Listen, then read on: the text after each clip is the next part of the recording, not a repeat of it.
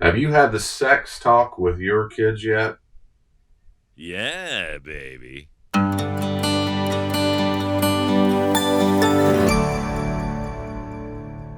I recently went to a place called Intercourse, Pennsylvania. Mm, I you thought love it. that was a beautiful name. It's a holy city. And the person I was with and we laughed at it, and people really didn't respond at all. But the way I knew the word intercourse was sexual intercourse. Of course, it means another thing as well, but it just brought to my attention the idea that that seems funny when things are brought up that are slang and things like that with kids. It seems really funny. Hmm. And yet, parents seem to not talk to their kids about sex. So, Nope. what do you think kids know about sex? It depends what age, Do you right? think they know more than we think they know? Oh my goodness, yes. Do you think they've Yeah. seen more than we think they've seen? Oh my goodness, yes. I heard a statistic the other day that said the first pornographic thing that children typically see is at age 7. Mm. 7! That's Yeah, like this day first and or age. second grade.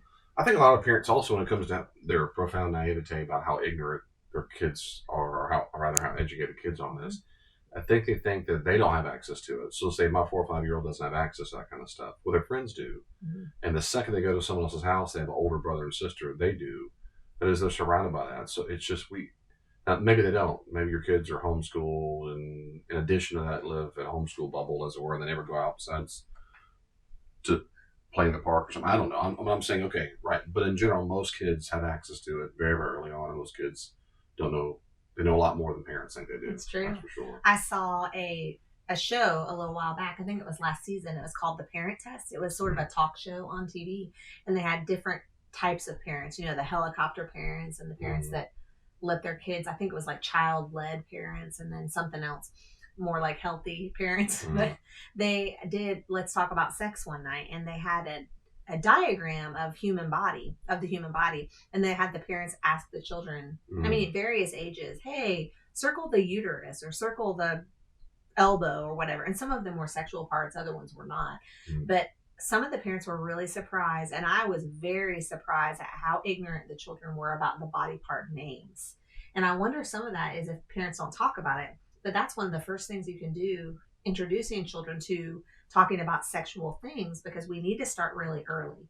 People tend to think, oh, you've heard the birds and the bees, or let's have the sex talk. Yeah. And most of the parents that I talk to don't start thinking about when they might have that talk until about sixth or seventh grade. And that is far too late. In fact, it shouldn't be one talk, it should be many talks. Many talks.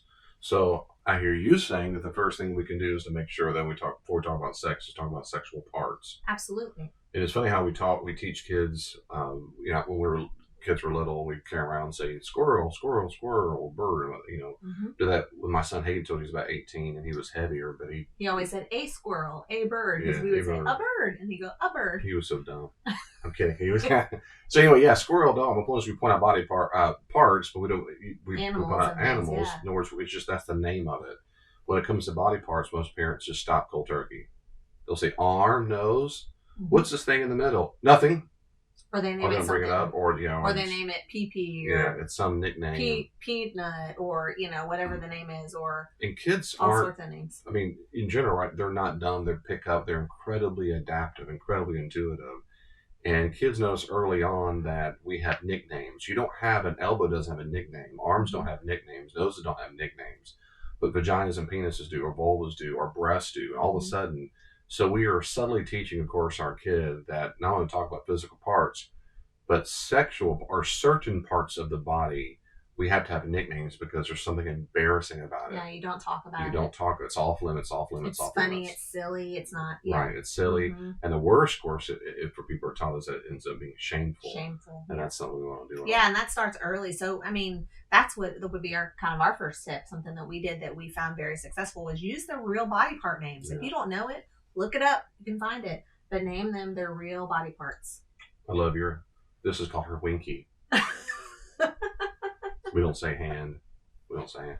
And I saw something the other day that reminded me, you teach when children are little, we might say tummy or something like that. My tummy hurts. Yeah. And as they get older, you're having them describe it. Well, where does it hurt? What is this? Or you say, hopefully with girls, you're talking about their uterus, not just saying their tummy or their, their. How weird would that be? It's talking to a ovaries or 16-year-old. something. Yeah. Does your tummy hurt? Yeah. Because that's childish.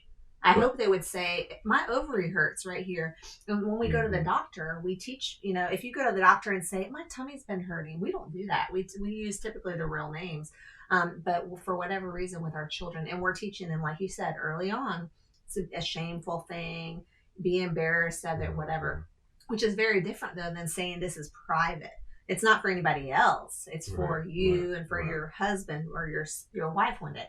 So the first thing, of course, yes, is that we talk to our kids about our sexual parts. Stop using nicknames. Use real names. I'm not going to be exact technical or everything, but words like penis and vulva and breast and uterus and earlobes, and you can say hallux for their big toe. That's fine. That's fine. Another thing, of course, is when we come to talk about sex is the parameters or the sandbox in which it's supposed to be experienced. That's right. Now, before we talk about that, obviously, what are some other areas in life where we teach kids that you do this, but you only do it in certain places and time? What's something else we might teach them? Mm-hmm. Yeah, or we might say you train them. Well, I want to go eat food in the bathtub, Right. or I want to eat bathtub while I'm riding a bike. Right. I want to eat food in the bike, or I want to go take a shower out in the mud. Or this is ridiculous. Where we do things all the time. Let's don't. If I'm driving down the road, I'm not supposed to be reading a book and things like that. Yeah. We all do. We go, of course. But when it comes to sex, all of a sudden people get dumb. And, oh no, it's as long as you love them. Yeah. As long as you love eating dinner, then you can ride your bike out into traffic. As long as you love your dinner, that's silly. Of course, we know the biblical worldview, the Christian worldview. In the Christian worldview, this is fundamentally, seriously consistent through all Old New Testament and all the church forever, and that is sex is supposed to be experienced in marriage between a man and a woman. Jesus assumed this, as every single Jew did. For example, in Mark 10, or say Matthew 19, when people come and ask him about divorce, in the context of divorce, Jesus talks about this. And he assumes what, again, every single Jew assumes when he says this. In Genesis 2, have you not read from the very beginning, God made them male and female, and that what God put together don't separate. Mm-hmm. So he assumes something. He doesn't make an argument that marriage is between man and woman, because that would be an absolutely superfluous argument to make in first century Judaism. So he assumes that part is a different argument based on divorce. But in this day and age, of course, it's different. And really that changed around the 60s, didn't you say?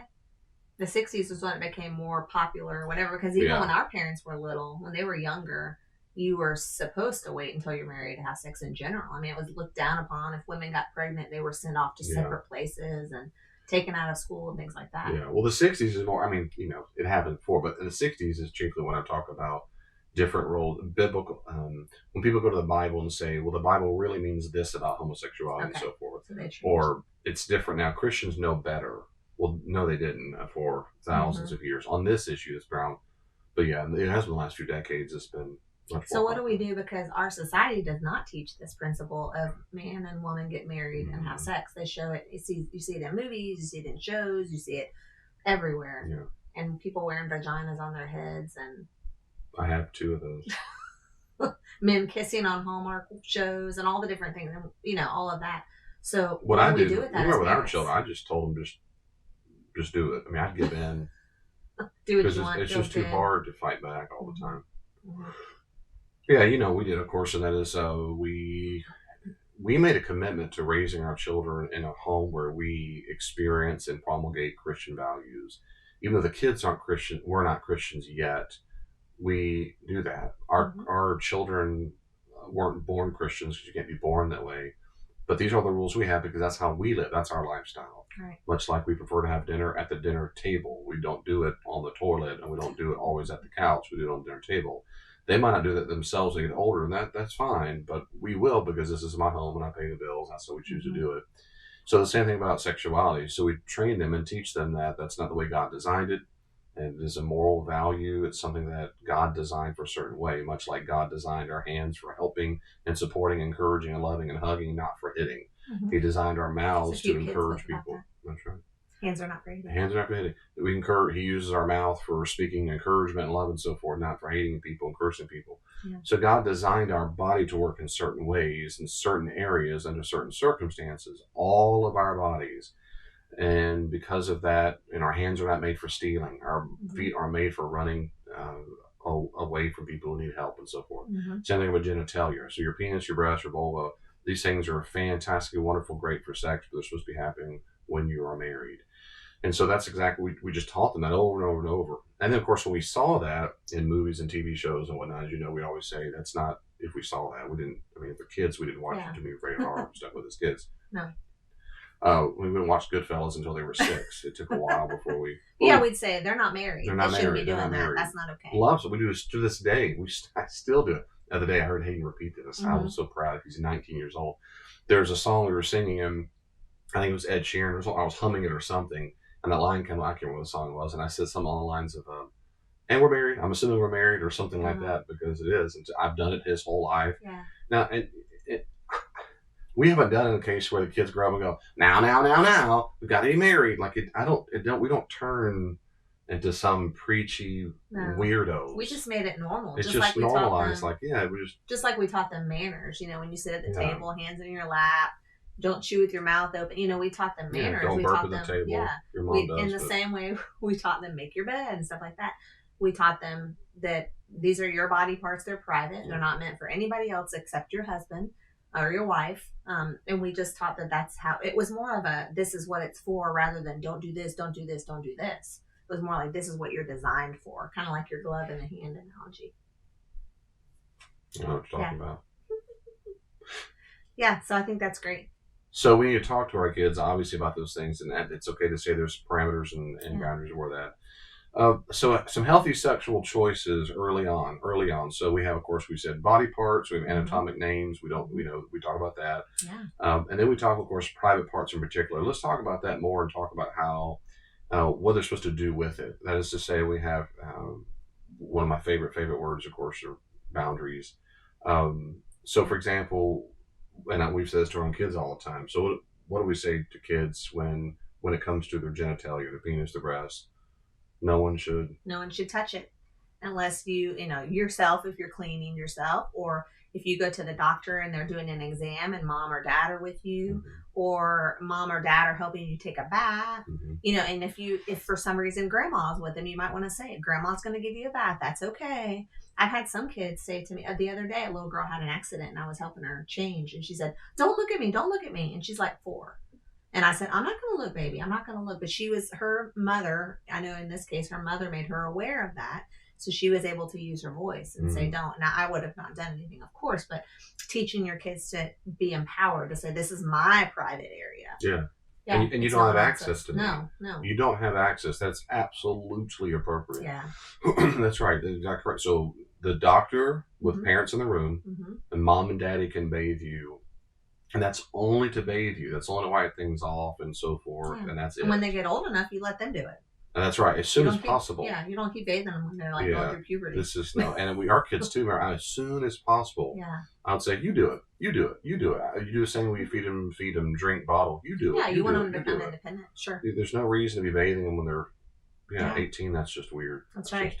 And part of that is empowering your kids too, to talk to you. I know that's something we said is, if something ever happens to you, if someone ever touches your private parts and they shouldn't, or something like that, you tell us.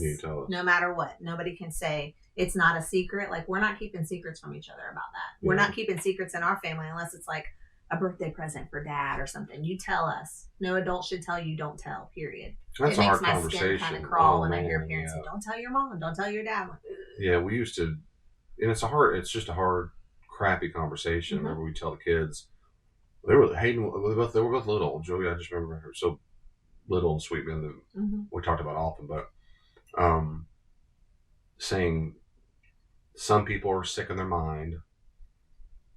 They have a sick mind, and they like to touch the little kids, their private parts, and we would say, your vulva, your breast, whatever, or want you to touch their private parts. I've heard people say anything that a bathing suit covers, that can be a guide for children. And they would go, why? And they said, but again, because their mind is sick. And sometimes when they make evil choices, those are sins.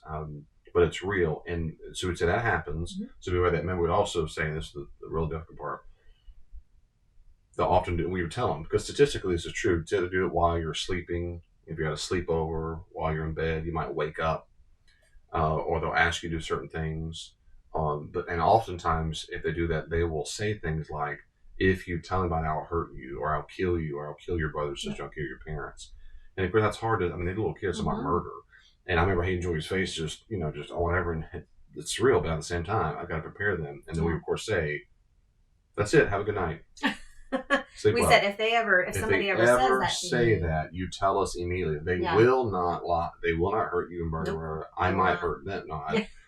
But we would. In other words, we're preparing them for the Yeah. real world. So I would never talk to my kids. Okay, then you're setting them up for you were setting them up. As a Scary person who's things. counseled for almost 20 years, Mhm. I've heard way too many stories of people who were molested, and the vast majority of people who were molested by childhood friends of the family or family members.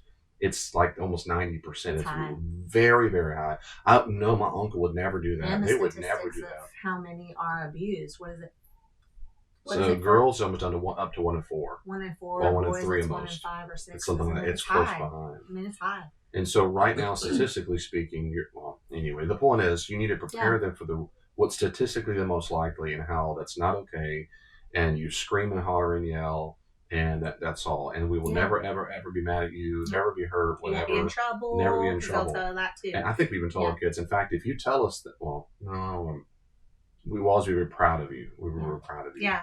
And, part of that too, especially you think about how you're preparing your children for down the road. Yeah. I mean, we're telling our kids when they're little, if anybody ever does this to you, if anybody ever touches you, you tell us. Yeah. We're opening up conversations for when they're 16 and they do something they shouldn't be doing. We're saying, you can always tell us. We're safe. We might be angry if you did something you shouldn't have done, but we're safe and we love you no matter what. And of course, the idea that if someone does something to you, that's on them. That is not on you. That is not on you. That's And if right. they make you do something, whatever. That's right. But even, I mean, again, this is all starting. That's why it's important to start way back. We're telling our kids too, no one should touch you. We're also telling them you shouldn't show anybody your private parts, and they shouldn't show you their private parts. Think about now, so much is happening with kids, on video, parents That's in right. your home doing sexual things with other kids. That's right. Or other even adults, which is even they're sending pictures of themselves nude. They're receiving pictures of themselves nude. They're masturbating in front of each other. A lot of things are happening, parents, that you probably don't know, but they are happening. And if you set this up now, your kids are going to know that's not okay. But if you don't say it, they have no reason to think that you're not okay with it. And parents, you need to really understand that it is facile. It is easy, simple, fast to find someone who will show themselves nude to you. Yep. And they want you your child to show them nude to someone. It is extremely easy and very fast on the app these days. I know what to do. Kids at the cafeteria, the classroom, they talk about this stuff. They show each other pictures They of their show- girls or guys that send pictures. You need to understand this is as simple as. Well, you used to have to it's pay. just as simple. Back in the day, you used to have to it's subscribe to easy. things or not pay now. for review. Now you can just No. Google something. And then on top of that, you have things like Snapchat, where if Mhm. you watch something that disappears all by Yeah. itself, it erases. But they do things live. I'm telling it's you, have very got to. common. Yep. Very, aware. very, very common. So we have those private expectations. We keep talking about Yeah. it all the time. We don't show private parts to others. Period. We don't let other people touch our private parts. We don't touch other people's private parts. Mhm. Right, and so on and so. Right. Talk a little bit about what happens. Remember how we talked to kids about when you do have this physical contact with people, Mhm. what it does to us emotionally, what it does to us physically, Yeah. or what does happen, what can happen, of course. There are implications, certainly, when you do physical, and what I mean by that is sexual things with people. And notice I'm not just saying sex. We're not just saying sex. Right. We're saying sexual activities or sexual Yeah. play or whatever, because it's not just sexual intercourse. Like I said, intercourse, Pennsylvania. It's a lot of, I could use words that they might not know, but oral sex, there are words for this, parents, if you don't know, and other things, a lot of touching and whatever. That stuff's all happening. That is putting yourself in a very vulnerable situation with somebody else when your body is exposed to someone else, or someone has their hands on your body or their private parts on your body. That causes emotional bonding. It's supposed to be that way. God designed it to be that way in marriage with your spouse. But the problem is you get bonded with this person who, I know of a situation recently, a person who had sex with her boyfriend, and the boyfriend, now they're broken up, and she still has this bonding feeling to him. And imagine that's not just a one-time thing. It happens over and over and over. So each time it's as if you're giving yourself to someone. And I know that sounds a little bit silly, but really you're giving a piece of yourself. And that bonding is difficult, in particular for In girls. particular, it is bonding for guys, just not that much. Hmm. It's just not It's that just much. different. And parents, you need to tell your we girls tell, that oh too. man, you tell your daughter. I told my Understand daughter many this. times. No, Yeah. they need to be aware They're of aware of what that. God's thinking. Well, we've said it. I've told yeah. my daughter. She didn't understand most guys in those moments, and the guys you just think so highly of and love so much and like so much or whatever it is, their penis thinks for them a lot. And so this idea that, oh, he loves me. Well, if I can do, if I don't break up with him, whatever. It is not the same. God, this is controversial. I'm about to say. I might get banned on YouTube. Boys and girls are not the same. Nope. They're just not the same. Nope. And the way we perceive of physical intimacy is not the same. So there is emotional bonding that's particular for females, and you're not just giving away, physical stuff. You're only right. You're getting a bonded way, and it's unnecessary. Yeah. It's fantastic when you're married. Yeah. There's a bonding that's supposed to happen that we tell our kids that. Yeah. Also, goes physical things. So it's emotional things that Certain. that are supposed to happen out in that arena. Yeah. And of course, physical things that can happen. Of course, you can get diseases. Yeah. You can get diseases. You can get pregnant. It's not all like it is in the movies where everything's, if you're an adult and you've had sex, you know this, but it's not like it is in the movies when, everybody just has sex and then just goes to sleep beside each other. The idea that it's messy and the idea that you can get diseases from it. I've known people that are adults, you probably have too, I do. who have lifelong diseases that they cannot get rid of because of sexual things that have happened to them. So that's when the pregnancy, you can get pregnant. And if you get pregnant, that means you have a baby in your tummy. It does not mean that you have an organ it doesn't mean you have a thing. That's a baby. So there's so much that can happen physically. In the Christian worldview too, this is where, while we've told our kids about having disease and so forth, and we try to put the fear of God in them, but it seems to me, and you too, of course, that making someone afraid is not enough to dissuade them. Nope. Because if you don't teach the values of it, people make decisions shifting on what they value, not just on what they're afraid of. This is just an implication, and a lot of kids are not thinking. Their brains are not right, developed. that's right. They're not thinking next step. What could happen? And they're always going to say, "Well, not for me, not to me. I wouldn't get disease, or I won't get pregnant. If I do, I'll just get rid of it." Yep. The Christian worldviews, that stuff right. is. You also want to remove the mysticism. So the idea that everything is like it's in the movies and everybody just goes to sleep and it's wonderful afterward. We've known people who've had, whose maybe their parents didn't prepare them. Maybe they weren't prepared. They get married and it doesn't work just right the first time. Like there are things that, you need a little help. You need a little guidance. You need some stuff to help the project. And, and if you don't, then it doesn't work just right. And so it can be painful for girls. All those kind of things. And they're thinking, oh, I love him. It's going to be so wonderful. And it's not that way. So it's not that we're saying you can have this happen. That's just a part of it. I think giving kids a full, perspective is really helpful. Very much like when they're driving, you need to wear your seatbelt because this could happen. This could happen. You don't text because this could happen. That's right. It's just a part of what you don't not have sex before you're married because you don't want to get pregnant. Of course, that's a piece of it. You do it because as Christians, we want to follow Jesus. And Jesus said, marry between a man and a woman. And that in Christianity teaches that you don't have sex with anybody other than your spouse. That's right. And I love your analogy of driving a car because we keep them informed. Yeah. We don't throw keys their way and say, see ya. We don't do that. In other words, I'm not doing it. You could have a wreck. We teach our kids when they were first starting to drive, there were some little clips on whatever was Instagram or something. And I would show Hayden when he first started to drive.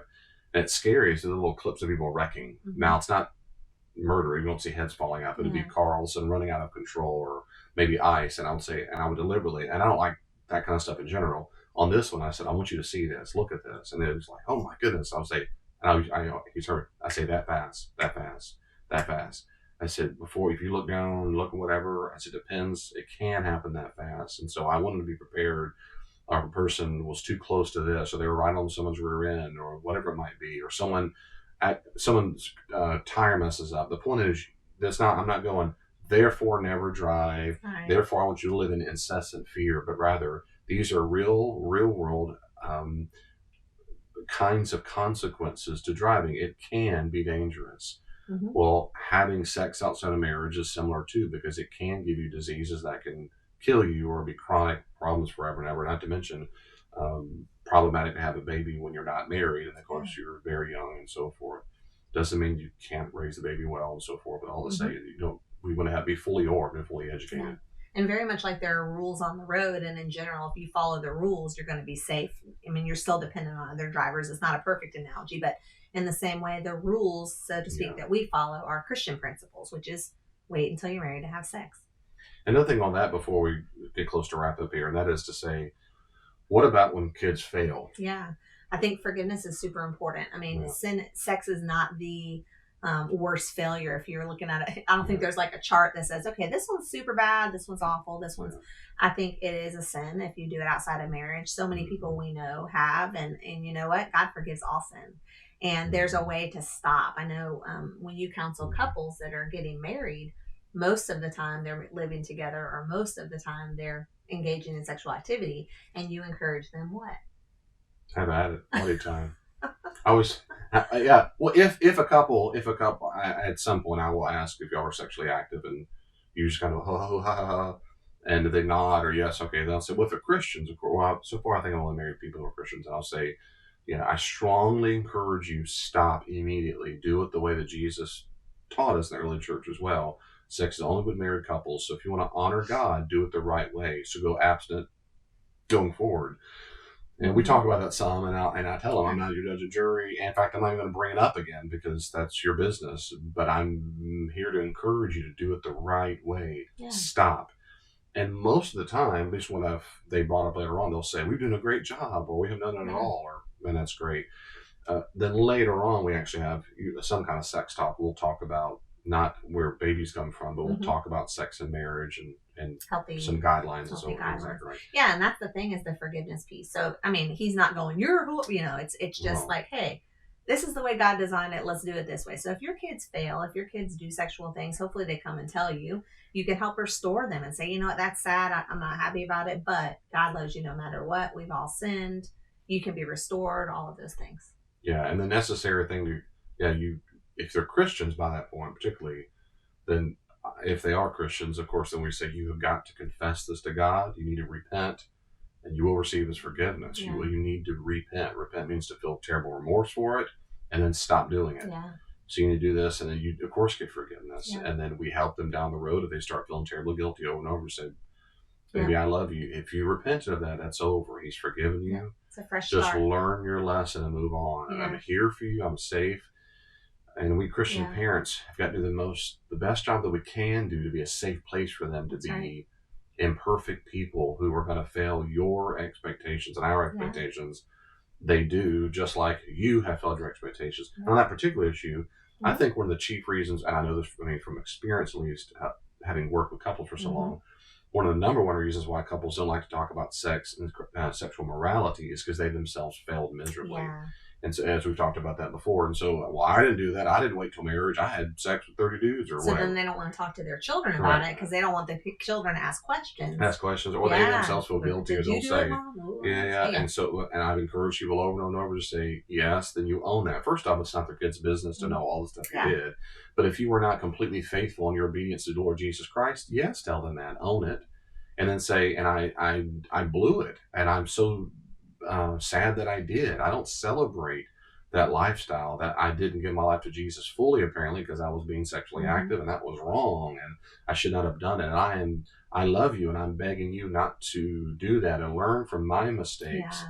Much like if I invest in the wrong thing or blow my money on the wrong, I'm going to say, please don't buy this piece of junk. Well, I bought into the bad ideas about sex. Dude, just own it, and then you move forward. Yeah. And if your kids want to bring that up against you later on, if that's what they do, of course, then you say, no, that's not what we do. And what you're doing now is rude and hateful. This is not ammunition against me.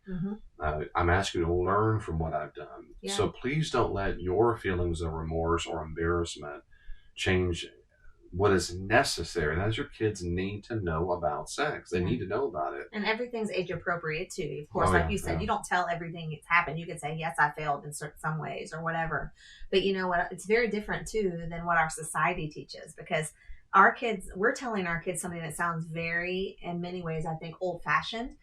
You're not supposed to have sex with somebody until you're married. The world is not teaching them that at all. And yet, I hope you don't want, I know you don't want, I hope, I don't want other people to teach my children things unless it's something I don't know about, like calculus. Great, teach them. But moral things. Moral things. My Moral goodness, things I about our don't. worldview. Yes, No. and that's what's No. happening in our world today because families No. are not taking the time and the energy to and learning about it so that they can teach your children the right way to do things, the Christian way to do things.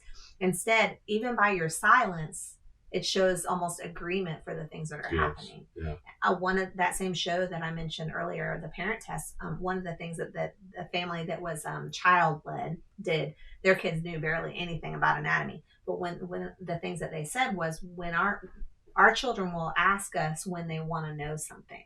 Oh yeah, right. First of all, that may not happen. They may never ask you anything. Ever. A lot of kids never do. Mm-mm. How many people have told us their parents never talked to them about sex? Oh, almost everyone. Almost everybody. And the other thing is, And I think that's just stupid. Yeah. If you don't, that's just stupid. it really On a 2-year-old, is. 3-year-old, you don't say, well, they want to know what that TV is. I'll tell them what a TV is and Yeah. where food is. You It's just you silly. teach him stuff. Yeah. And when he's ready to take a bath, he'll ask me. No, he won't. It's just the dumbest. They're kids. They're not They're thinking. They're thinking kids. about pleasure, and we're helping them to learn It's consequences and the right thing to do. But yeah, so if in our society now, if your children are going to public school or even private schools, or Right. they're not going to school, if there are things anywhere they go, online, YouTube, whatever, even some cartoons now, they're learning that certain things are okay. And pretty much it's like whatever you want to do. If you want to be a girl and you're a boy, you want to be a boy and you're a girl, you identify as a cat. You want to have sex Yeah. with whoever you want to. You don't have a certain gender. It's all the different things.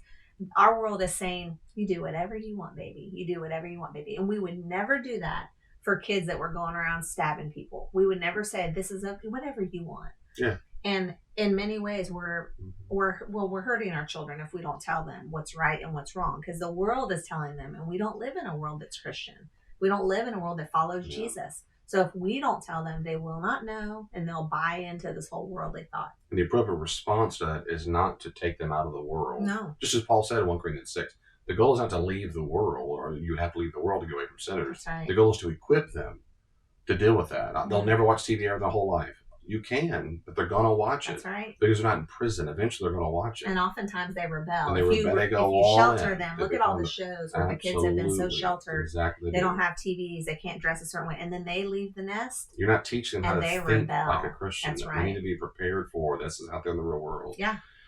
And that includes forgiving them, because in the real world, people don't forgive. It's cancel That's culture. right. It's prison. And so, Right. but in our home, it is. What about people who, you have children, but they're much older, 12, 13, 14, 15 years, 16 years old. Mhm. Elaine, is it too late? No, it's not too late. In fact, you might even want to confess to your kids, like, I should have talked about this a long Exactly time what ago I've to told you. parents. You need to And tell just them. say, like, I was embarrassed. And I that's blew my it. bad. I Yes. blew it. Yeah. I should have talked to you about this. Yeah. I bet you know a lot. So tell me what you know. Do you know what sex is? Yeah. What do you know about it? I'm not going to embarrass you. I'm not going to laugh Yeah, I'm at not you. going to make jokes. Just and- tell me. I want to know what you know so that I can know what you know. You might be able to teach me something. Be silly about it, but find out what they know. Gather that information first, and then you can start from there. But yeah, own it. Say, I should have. My parents didn't talk to me, so but own it. I'm And when sorry. it comes to Yeah. and when it comes to morality too, especially when they're older, as you do own that, they also, when it Mhm. comes to morality, you beg them. I'm begging, I'm imploring you not to do that. Mhm. And not only not to do it, but of course, in addition, you have boundaries for them. Like you can't be with a guy by themselves Mm-hmm. in a room in a home, and you can't whatever. And why? Tell them You know, why. here's why. Because not that I don't trust love you. I Yeah, Well, I was Sometimes different. it I would told be. my kids, I don't trust you all the time because your instincts go crazy, that's especially true for too. the guy. Is That's that true. no, I don't trust everything about you. I don't trust anything Yeah. about me. That's That's true. it's just ridiculous for people to think they have, not you, but Mhm. a lot of times people think, especially the younger, I wouldn't do that. I wouldn't do that. I wouldn't do that. That just shows that you're a child. Yeah. Everyone That's true. basically thinks that until they do it, and that's rude. That's true. So we want to tell them, please don't do that. And in addition to that, I'm putting some boundaries for it. And then if you break those boundaries, there'll be consequences. Yeah. Consequences that you won't have these apps on your phone, or you'll lose this, whatever. That's where I was going with that too, because so much we think sexual, we think body, but now so much sexual is with phones Yeah, and with tablets and things electronic. like that, especially phones. We know several kids who are probably addicted to, well, we know of several kids that are probably addicted to porn because they have full access to their phones. Their parents have no idea. No idea. No idea. And so They things wouldn't like do that. Oh things no, like they wouldn't. Yeah. checking your kid's phone. Like, it's my phone. I'm going to check it. Own it. Like, say, let them know you're not stupid. I know how to search on, what is it called? Google. And incognito. I know about Google Incognito. Don't you be searching on that. I will look at your searches. I know, not that you always will, but just that you have the option to, because they're your children. And you can put filters on your phone. If you have a young man, a son, and he has access to a phone, and you don't know what he's doing, I guarantee you he's looking at pornography. I guarantee it. And a lot more girls are doing it now than you. Yes, yeah, they absolutely. Yeah, I'm not saying girl. Yeah, no, absolutely, they do. It's just as more common. No, he wouldn't do that. Or I'm too embarrassed. I want to have the conversation. I'm encouraging you to buck up and grow up, and be a parent to say, let's talk about online. Let's talk about pornography. What have you seen online? I mean, and we started with our kids young. And why would they do? Why would they watch that? Why? Yeah. Not because we're going to be flawless and perfect, and we're trying to inform them of dangers. And we would say, and we've said this 183 times, 1,000 times, that desire is good and awesome and healthy and wonderful and God designed. Just do it when you're married. That's right. So we're not going to be ashamed about it. It's just such a powerful. I used to tell Hayden, I have to talk a little more about it just because we've had more talks going to the gym and so forth. I remember I always say when we talk about your body is getting ready for this, which makes it difficult. I understand that. I've lived it. Your body's get ready. Like, all right. And that's why, of course, Paul says in 1 Corinthians 7, if you burn with passion, it's better to get married than go commit sexual sin. If we took it that seriously. And normalizing that makes such a difference too, because even with girls, I mean, even my parents talk to me openly about things, I think, but there are things that my body did that I didn't expect. Yeah. And as Julia's gotten older, and when she was younger too, I would say, your body might do this. And she'd say, Mom, such and such happened. And I'm like, yeah, but normalizing it. It's just like, sometimes you might have gas in your belly. It's kind of silly to talk about, but man, my stomach hurts. I got gas. Right. You can't fix the problem if you don't know what's happening. It's very, very, very, very, very common. Well, we hope this helps. If you have any questions about how to talk to your kids, maybe if you want some tips on ways to approach the topic, or maybe the child, your kid or someone else could ask certain questions, you don't know how to address it. Yeah. Those are great questions. Let me know, or let my much better, smarter half, Elaine, know, and we're here to help you as much as possible. Seriously, and not to embarrass you. My goodness, we're all in this together. Parenting is difficult, so God bless you. We encourage you to keep up the good work, and we can always keep growing and learning together. That's right. Isn't that right? That's right. What did I call this? Go talk about sex with your kids. The Winky. I love this Winky. Very good Winky. If you like this video, please click like, subscribe to the channel. There's a little bell. You click that notification, lets you know when more videos like this become available. We're going to do some more videos we think will help you be the very best parent you can be.